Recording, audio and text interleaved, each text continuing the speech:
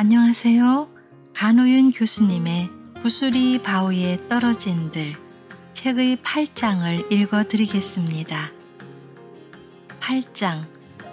덕일랑 앞에서 받잡고 복일랑 뒤에서 받잡고. 각설. 찢어진 막사 틈으로 허연 별무리가 보이더니 이내 잔눈발이 날렸다. 압록 강변의 주인은 살점이 떨어져 나갈 정도였다. 달림이는 지독한 추위에 온몸이 저렸다.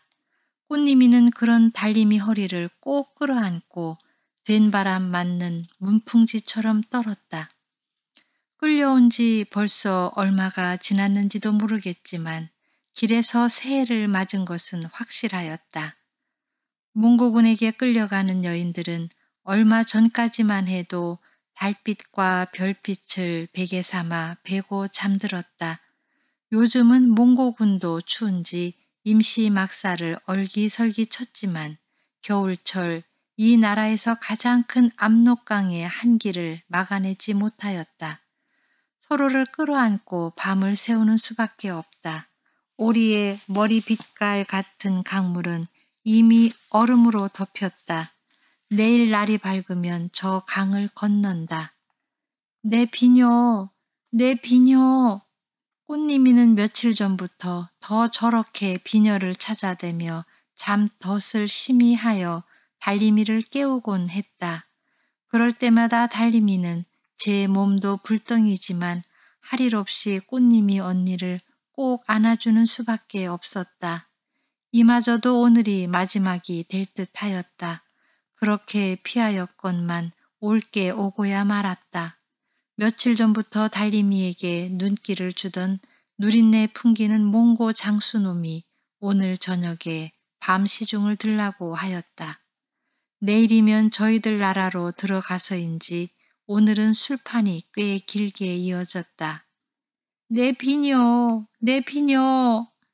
또 한 번 꽃님이는 진저리를 치며 비녀를 찾아댔다. 도리가 떠난 뒤 꽃님이는 늘 그 부러진 비녀를 손에서 놓지 않았다. 그러던 비녀를 몽고놈들에게 붙잡혀 올 때 방에다 떨어뜨리고 왔다.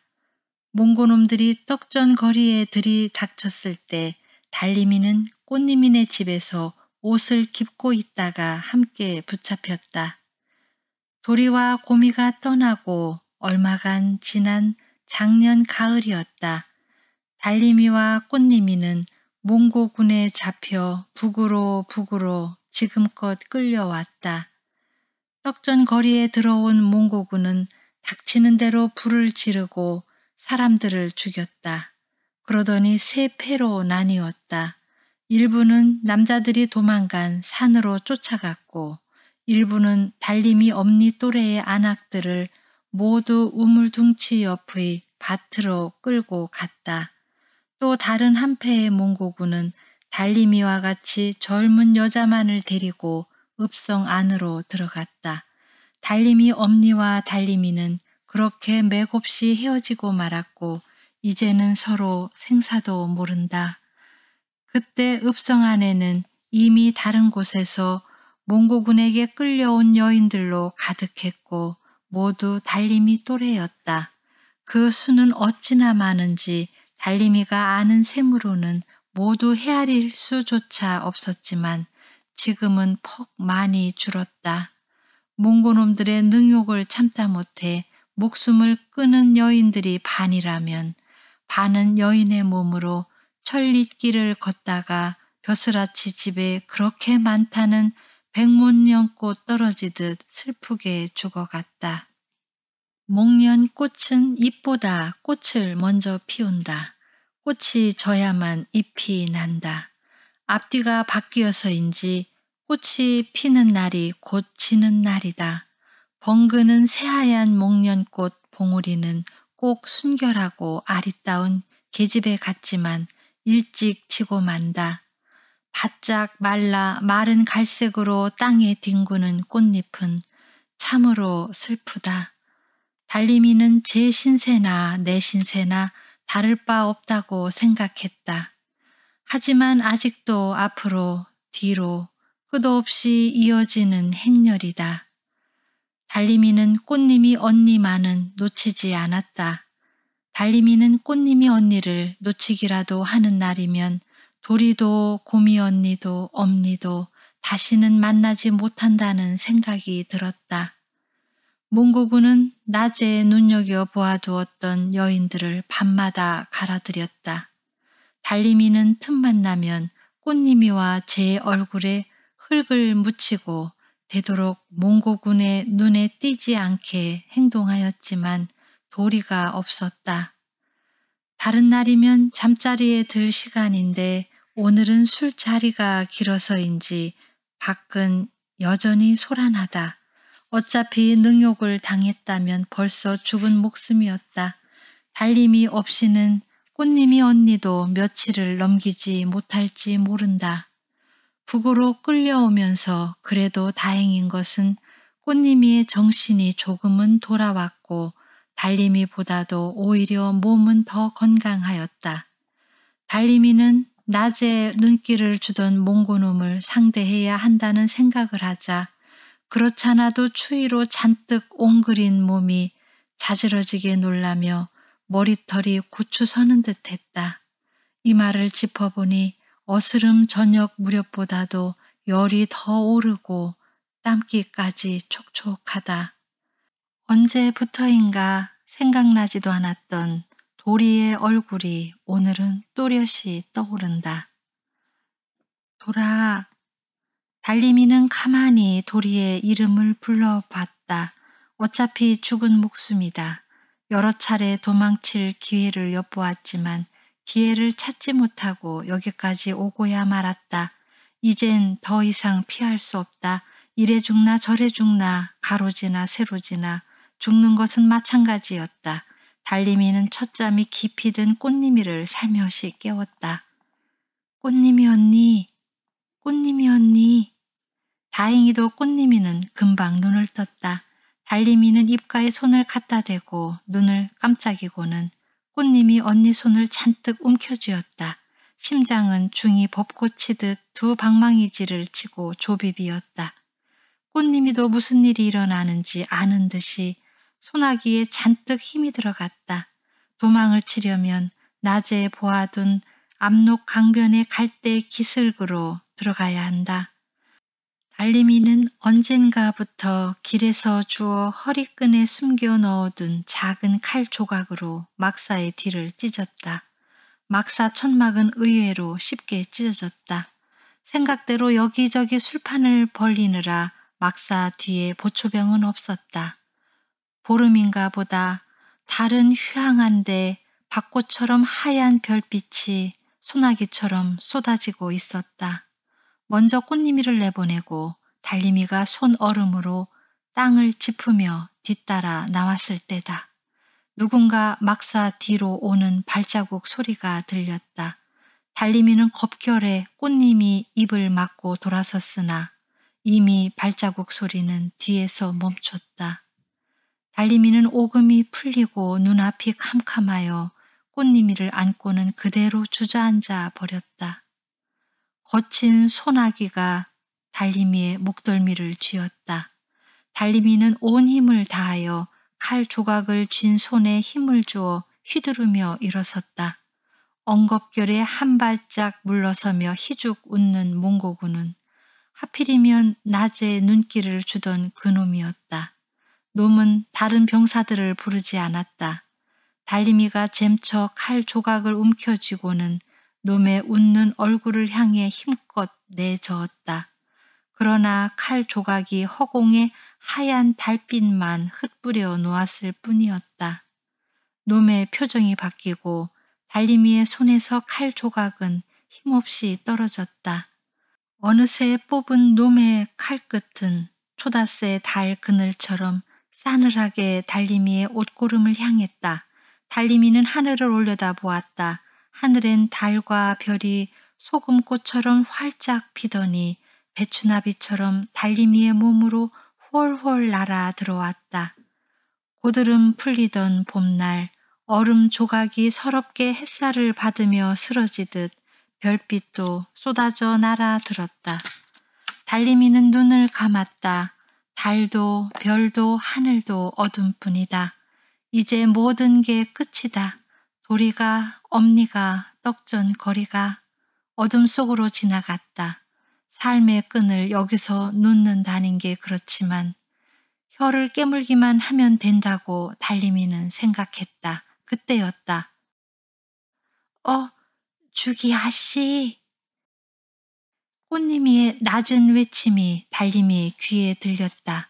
달림이가 눈을 떴을 때 하얀 달빛에 놈의 뒤에 또 다른 사람 얼굴이 어릉어릉했다.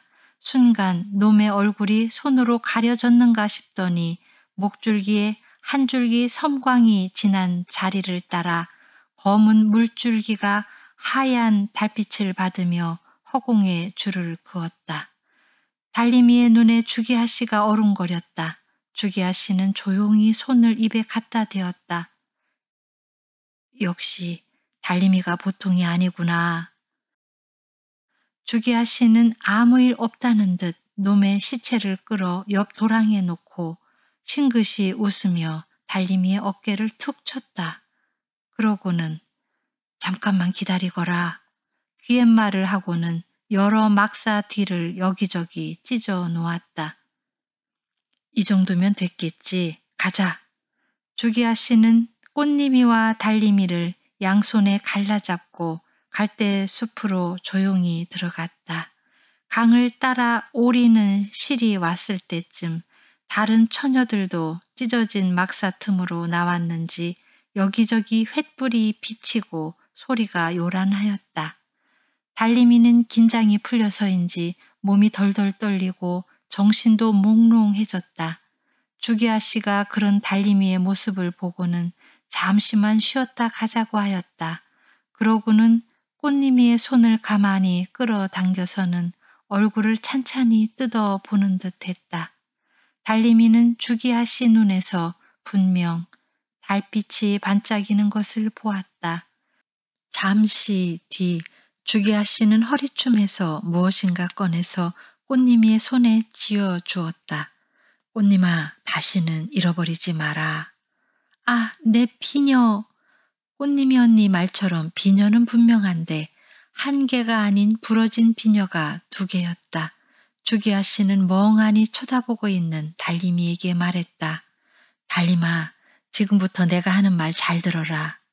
나는 며칠 전부터 이곳에 와 너희를 기다렸다. 나는 순간 주기아 씨의 말소리는 몽고 군사들의 군호 소리에 묻혔다. 소리 나는 쪽을 돌아보니 환한 달빛으로 마치 소금을 뿌려놓은 듯한 갈대밭 저쪽에 어느 틈에 쫓아왔는지 몽고 군사 여러 놈이 먼 발치로 보였을 때였다. 쉿! 어느 놈이 활 시위를 당겼는지 눈발과 달빛을 뚫고 화살 하나가 꽃님이 가슴팍으로 날아들었다. 달림이의 외마디 소리와 화살 꽂히는 소리가 동시에 밤 하늘을 짧게 갈랐다. 아! 퍽! 화살은 어느새 꽃님이를 감싸는 주기아 씨의 등에 꽂혔다. 그러나 주기아 씨는 이미 생각이나 했던 듯 조금도 당황한 빛이 없었다. 달림아, 시간이 없어 이야기를 다 못하겠구나. 이대로 함께 갈 수도 없고 내가 저놈들을 유인할 테니 너는 강을 따라 쭉 내려가라. 그러면 중실한 두 사람이 배를 대고 있을 게다. 그들이 너희를 안전한 곳으로 데려다 줄 테니 걱정 말아라. 달림아, 꽃님이를 잘 챙겨주기 바란다. 내가 살아있으면 곧 만나게 될 거지만 만약 안 오면 아니다, 다 운명인 것을 연연하여 무엇하겠니. 이제까지도 모르고 살았거늘. 너희들만 무사하면 됐지. 어서 가라. 주기아 씨의 음성은 낮았지만 단호했다. 순간 주기아 씨 눈에 맑은 달빛이 반짝 내려앉았다. 주기아 씨는 잠시 꽃님이를 보는가 싶더니 와락 끌어안았다. 고맙다, 꽃님아. 그러면 그렇지. 내 이미 짐작하였다만. 그러고는 알 듯 모를 듯한 말을 하며 달림이 손을 끌어 꽃님이 손에 쥐어 주었다. 달림아, 꽃님이 잘 부탁한다. 달림이가 무어라 말할 틈도 없이 주기아씨가 갈대를 헤치며 냅다 몽고군들 쪽으로 뛰기 시작했다. 이놈들, 여기다. 내가 고려인 죽이다. 달밤 차디찬 허공으로 주기아씨의 음성이 차갑고도 무겁게 튀어올랐다. 바짝 얼어붙은 겨울 밤을 깨는 우렁찬 소리였다. 거의 동시에 몽고군들의 외마디 소리와 아우성이 달림이의 귀에 들렸다. 달림이는 꽃님의 손을 잡고 달빛 아롱거리는 강가를 따라 아래로 뛰기 시작하였다. 그 뒤 달림이와 꽃님이는 주기아씨가 말하는 뱃사람을 만났고 그 배를 타고 이 강화도의 김준의 집으로 들어와 기생이 되었다. 김준은 주기아씨가 오지 않는다며 달림이와 꽃님이가 노비로 살든지 아니면 달림이에게 기생이 되라고 강요하였다. 주기아씨에게 배와 사람을 빌려주었으나 오지 않으니 달림이에게 그 값을 치르라고 종주목을 들이댔다. 달림이는 선택의 여지가 없었다. 강화도는 딴 세상이었다. 여인들은 대단히 비싼 중국산 비단 옷을 입었고 사치스런 치장으로 몸을 감쌌다. 저고리 위에 치마를 입고 그 위에 소매 없는 반비라는 겉옷을 걸쳤다. 허리에는 오색 비단끈에 맵시 있게 쟁그랑거리는 금방울을 달아 꾸몄고 비단으로 만든 향주머니도 찼다. 얼굴에는 미인수를 바르고 분가루를 칠하고 머리에는 다리라는 가발도 얹었다. 이 다리는 백정들의 머리카락을 모아 만들었다. 저 다리는 부역 나간 남편의 식량을 대기 위해 혹은 식구들의 골른 뱃속을 위해 잘라판 머리였다. 이 머리에 비단으로 만든 몽수라는 검은색 너울을 썼다. 아이들은 단단한 강엿을 입에 달고 살며 끼니 때마다 감주도 먹었다. 그러나 백정들의 남루한 삶은 제 몸조차 가리기 어려웠다. 하루에 한 끼조차 떼거리를 찾지 못해 배를 고른데 권세가들은 하루에도 연화문이나 학이 그려진 비취색의 청자에 담아 만금어치를 먹어치웠다. 여기저기 그득히 온갖 맛난 음식을 차려놓고 하인들도 술에 취해 비단료에 토악질을 해놓고 말이나 개들조차 살이 피둥피둥 쪘다. 벌써 한 해가 지나 그맘때가 되었다. 그날 참 길고도 무서운 밤이었다. 달림이는 그날도 휘읍스름한 달빛이 저렇게 밝았지 하며 긴 한숨을 들이쉬었다. 어느새 나왔는지 꽃님이가 달림이 손을 꼭 잡고 한 손에 비녀를 내보이며 쳐다보았다. 주기아씨는?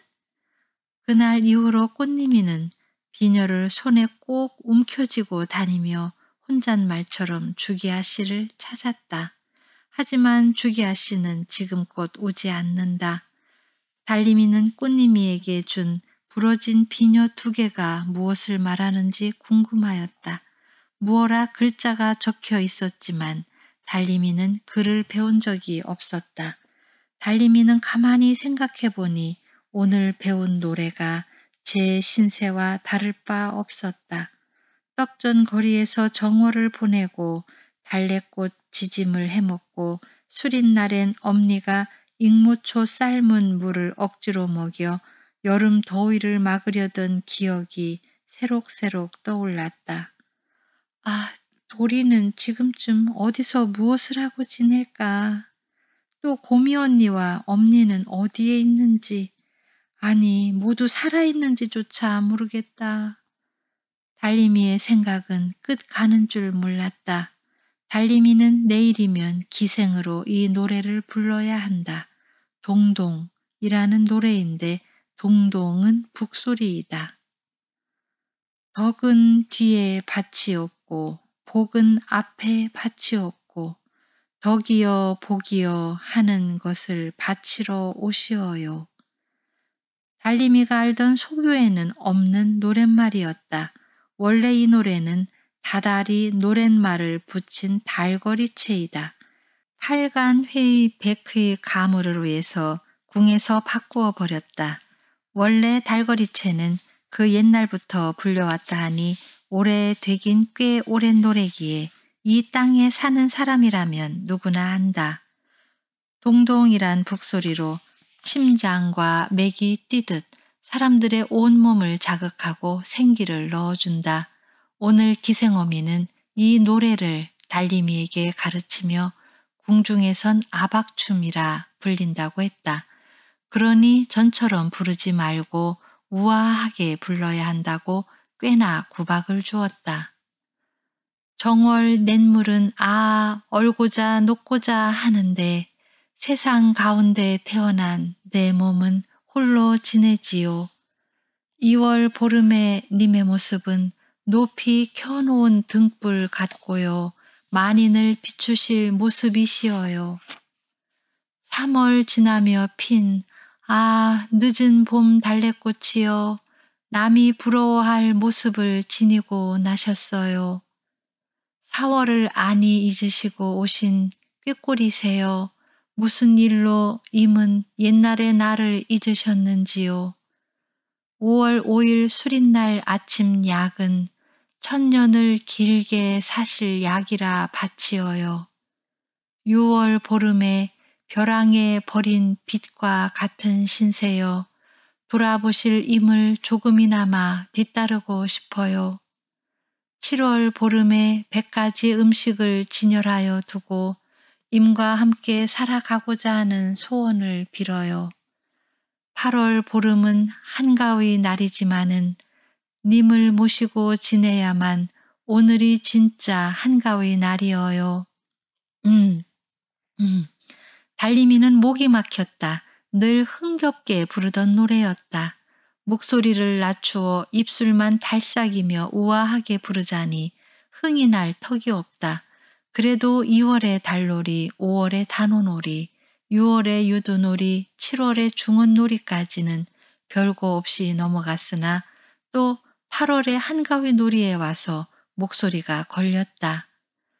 달림이는 연습 중에도 몇 번이나 이 8월의 노래에서 틀려 기생어미에게 잔소리께나 들었다.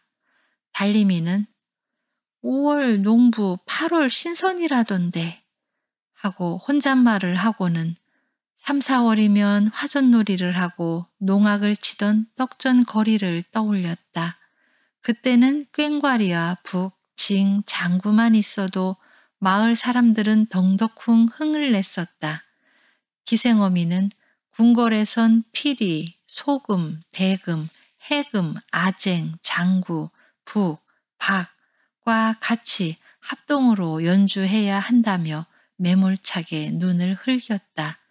달림이는 백종들의 삶은 고단하기만 한데 백종들이 살기 위해 부르는 노래는 참 호사한다 는 생각이 들어 잠시 동안 멍하니 벽만 바라보았다.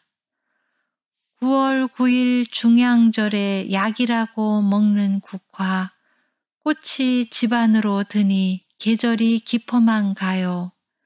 10월에 잘게 썬 보리수 나무 같은 내 신세여 꺾어 버린 후에 이것을 지니실 한 분이 없어요.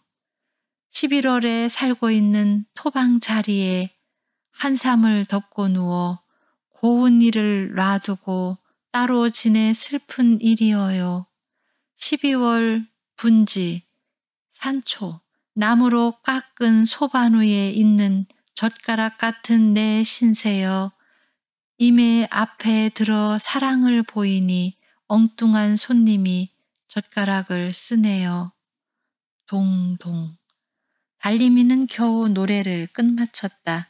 자신의 신세가 그야말로 꺾어진 보리수요 벼랑에 버려진 빛이요 소반 위에 젓가락 같았다. 동지 섣달 추위라지만 도리가 있다면 여름에 입는 한삼을 덮고 누운들 어떻겠는가마는 지금은 살아있는지조차 모른다. 돌아, 돌아. 일찍 잠자리에 든 꽃님이가 가위에 눌리는지 두 손을 허공에 저으며 몸을 뒤챈다.